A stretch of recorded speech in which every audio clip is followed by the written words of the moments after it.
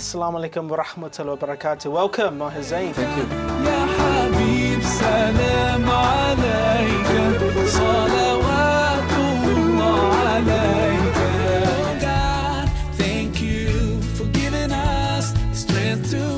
I'm all grown up now, and it's not too late. I'd like to put a smile on your face every day. You are a platinum award-winning singer, songwriter, producer. Alhamdulillah. Why music? Why? Why? Music is an international language. You know, as I usually say when someone asks me about this, I say, if you want to speak to the world, make a song. You know, it's very easy to say. It's a very soft way to speak. You know, you can convey any message through songs, you know. And you can make it, so it depends like what kind of arrangements you make, what kind of melodies, what kind of lyrics, and all these kind of things. But I think it's a very strong medium. And today, you know, it's the culture of the world, I think. You know, music is very powerful. No mother, no father to wipe away my tears. That's why I will cry. I feel scared, but I won't show my fears. I keep my head high, deep in my heart. I never have any doubt that Palestine tomorrow will be free. Was music always there for you as a child growing up? Yeah, music has, you know, always been there actually. My father, he was a local singer in Lebanon. Mm-hmm. And from there, I think I got the passion and love for music. That's how it started, and it's always been there, you know. Even when I was studying aeronautical engineering. You studied aeronautical engineering? Yeah. Wow, mashallah. So even I was studying that, I remember my friends used to always tell me, what are you doing here? You know, they really saw the passion for music. So they said like, what are you doing here? You should stop this and go study music. I never did that, but alhamdulillah, everything happened for a reason. Why aeronautical engineering? You know, I had a friend, because like I live in Stockholm, and I had a friend, he used to study in another city, and he used to come like every weekend back to Stockholm, and he used to tell me about it, you know, and everything. I got really interested, you know, it felt fun when I being in a plane and everything. Yeah, Did you want to be a pilot at any point, or just an engineer? I think a pilot. part of I the think ground all. crew? I don't know. Every young, you know, I wanted to be a policeman when I was younger, and the pilot, of course. And this is something. But astronaut, I would have loved to. I know it's a lot of studying, but anyone who can do that, man, do that. Where were you born? In Lebanon, Tripoli. Lebanon. Yeah, Mashallah. Tripoli, Lebanon. Yeah. And so, what point did you move to Sweden? I was 8 years old. It was 1989. Well, what do you remember of those 8 years? Yeah, I remember like Lebanon. I remember, you know, we loved to go to the sea. You know, I loved to be around my father when he was, you know, singing and everything. I loved to look at the band and just like, you know, get inspired. I remember also, you know, the war a little bit. We used to always, you know, hear these, you know, the bombs and everything. And my father used to take us to the mountain for shelter and everything. SubhanAllah. Yeah. And I think, you know, that was one of the reasons why we left as well. Because we got this opportunity to go to Sweden, and they said, yes, let's do it. And Mashallah. So your father moved everybody to Sweden. Yeah. He worked there. I suppose he set Yes, everything yes. up for Yeah. you guys. What was life like growing up for you in that country? Was it difficult? Was it a big adjustment? It was, actually, it was. But, you know, when you move and like, when you're so young, you can adjust to anything. You know, 8 years old was still okay, I think. It was, of course, in the beginning it was a little bit hard, but then, you know, you just feel that this is your place. This is where you belong. Well, what would you say is your fondest memory as you were growing up in Sweden? I mean, like, this is a funny memory, but, you know, Funny's good, we love funny. When we moved to Sweden, I was young, you know. I was 8 years old, and we moved in October, I remember that. And so, you know, in October, there was a lot of snow in Sweden. So that was so fun, you know, for us, all the children. We were like 3 or 4 kids coming to Sweden. We have never almost seen, we have snow in the mountain, but it's not like in Sweden. So we came there, and I remember we went up to north, you know, to like a city called Skellefteå. And this place, like really, snow could go up like meter and a half. So that was really amazing. I remember that clearly. But there's a lot of memories, you know, I don't know. Were you quite a A naughty boy. I was, yeah. SubhanAllah. Tell us what you got That's up why I to. did the number one for me song. Ah, I see. Yeah. So, do you feel you owe a big apology to your mother? Yeah, now I'm saying, now I'm all grown up, you know, and I would like to put a smile on your face because you're my number one. It's a brand new day. I'd like to put a smile on your face every day. I'm all grown up now, and it's not too late. I'd like to put a smile on your face every day. What were the things that you did, or what did you get up to as a young boy that made your mother tear her hair out? I was naughty, I remember that. My mother's brother, he loves, you know, the birds, al-hamam. I don't know what they call it in English.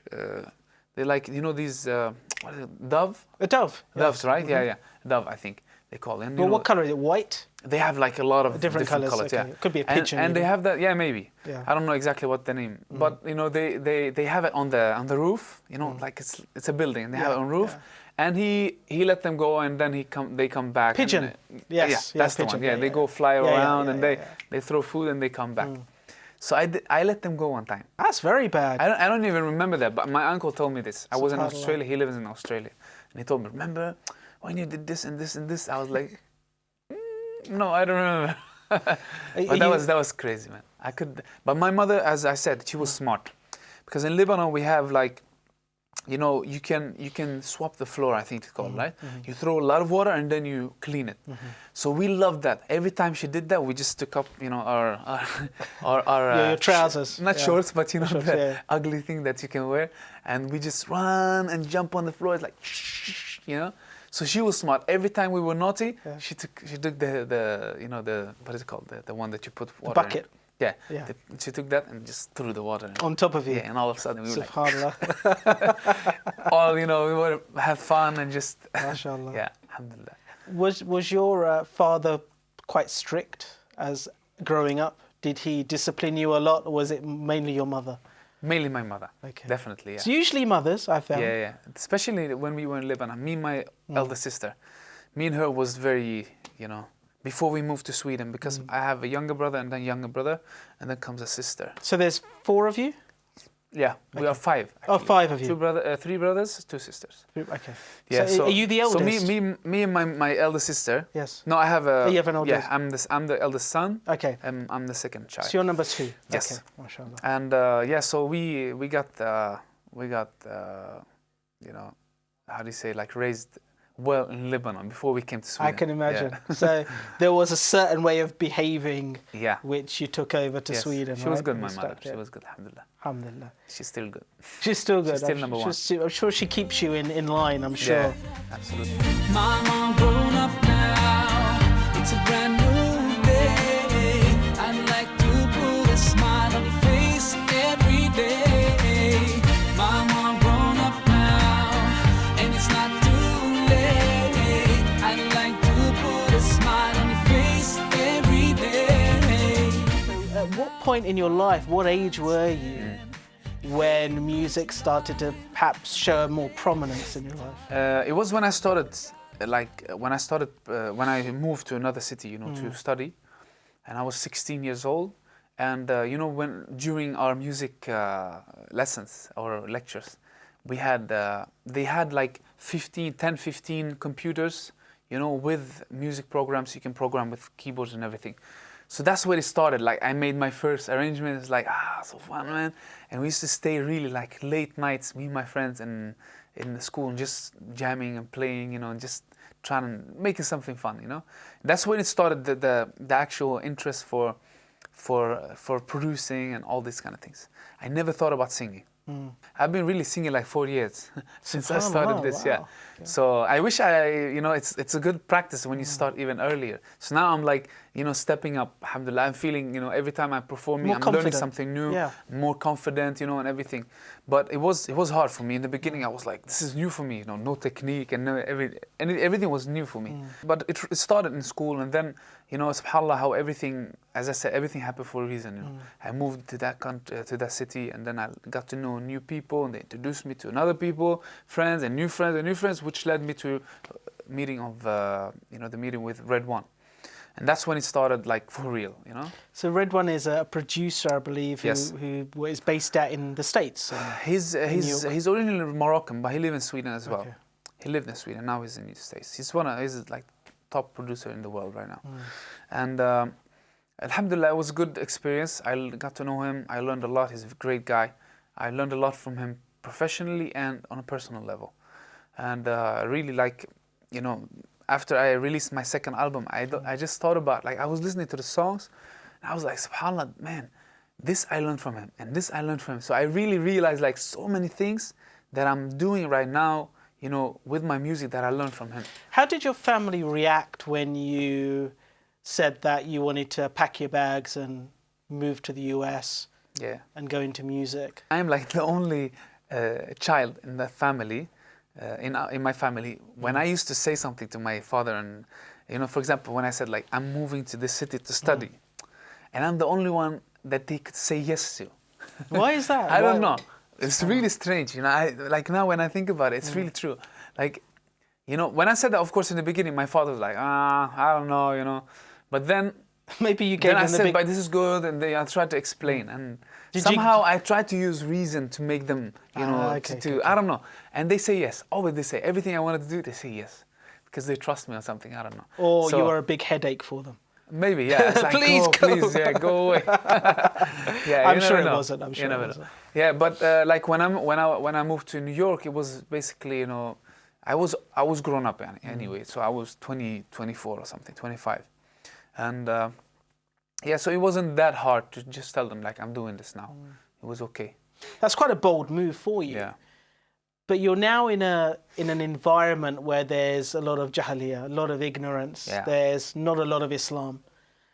You're around people who, you know, are probably partying hard. Yep. They're working with people who perhaps aren't the best role models, really, for youth. But the best thing is that actually, like, Red One himself was really good guy. That's what I meant. Like, when I learned a lot, when I said I learned a lot on a personal level, he was a good guy. I was like, you know, my way of speaking with people was not that good.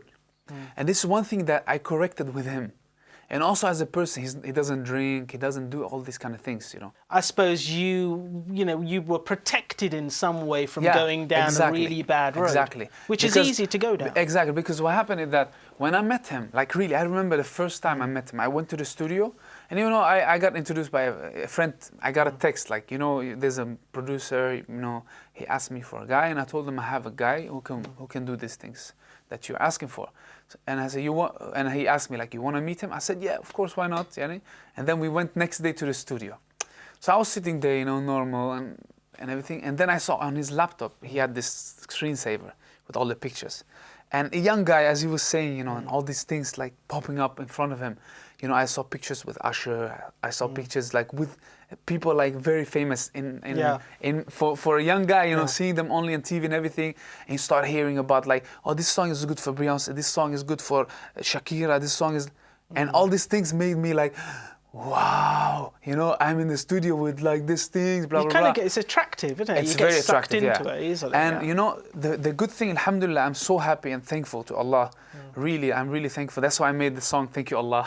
Alhamdulillah. And because, you know, I worked with Red One on you know, he made an album for an artist called Cat de Luna. And this artist, after that, they had a hit, you know, in the album, which opened the doors for him. So subhanAllah, it's like, you know, I'm really thankful that Allah took me at that moment, because if I would really go back to New York, because I went to Sweden and met some new friends, and somehow I went away, I got the interest more for being in the mosque and everything around these people. But if I went back to New York, Wallahu Alam, Allah knows best, but if I went back to New York again, that's when he started working with Lady Gaga, with Akon, with Enrique Iglesias, with everyone like you can mention right now, you know? So alhamdulillah. So I would be stuck, I think. Absolutely. Yeah. Well, again, it's a very attractive lifestyle, but how did you make that transition? And at what point did you say, okay, well, look, I'm going to not go back to the US. I'm going to find some way of committing my talent in music to Islam. I went back to Sweden. It took me 10 months. Somehow 10 months, and I didn't go back. I was supposed to just go to Sweden, just, you know, say salam to my family, be there 1, 2 weeks, 3 weeks, whatever, and go back. took 10 months, okay? So somehow my interest for that, going back, wasn't that... It was dying down. Yeah, exactly. Yeah. Somehow dying, slowly. And all of a sudden, I met the new friends. I met my wife-to-be, you know? Mashallah. And I heard about awakening. Like, wallahi, subhanAllah, everything came like this. Just all worked out and you were being led down a different road. Because it was like, I don't know, man, wallahi, it's strange, you know? This is how I feel. But it felt like, you know, Allah is preparing me for this. Alhamdulillah. You know, to make, like, I need to get married. I need to find a company that will support. Because, you know, alhamdulillah, this is one of the biggest blessings that I'm married now.